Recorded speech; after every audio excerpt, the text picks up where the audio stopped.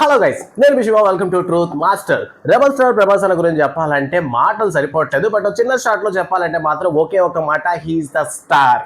So rebel star Prabhas అన్న ఇప్పటికి మన తెలుగు సినిమాస్ లో చాలా సినిమాస్ ని మిస్ చేస్తున్నారు. అండ్ అలానే రెబల్ స్టార్ ప్రభాస్ అన్న రామ్ చరణ్ గారు ఒక సినిమాని కూడా కొట్టేసి ఒక బంపర్ హిట్ కొట్టారన్న విషయం మీకు తెలుసా?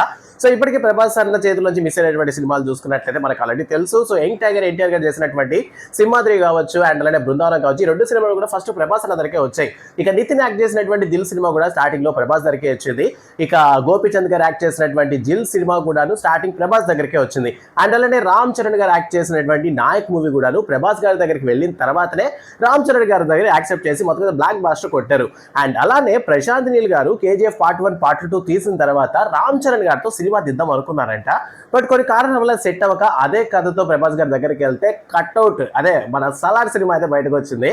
సో సలార్ సినిమా మన ప్రభాస్ గారి దగ్గరానికి గల కారణం ఏంటంటే మన రామ్ చరణ్ గారు సినిమాని మిస్ చేసుకోవడం వల్లే మనకి అలాంటి ఒక బ్లాక్ బాస్టర్, అటువంటి ఒక కట్అవుట్ ని ఆ విధంగా చూపించగలిగేటటువంటి ఛాన్సెస్ దొరికాయి. సో ప్రభాస్ కాకుండా రామ్ చరణ్ గారు ఈ సినిమా చేస్తుంటే ఎలా ఉండుంటేది అన్న విషయాన్ని కామెంట్ సెక్షన్ లో మాతో షేర్ చేసుకోండి. సో ప్రతి ప్రభాస్ ఒక ఫ్యాన్స్ కి ఈ వీడియోని ఖచ్చితంగా షేర్ చేయండి. Thanks for watching.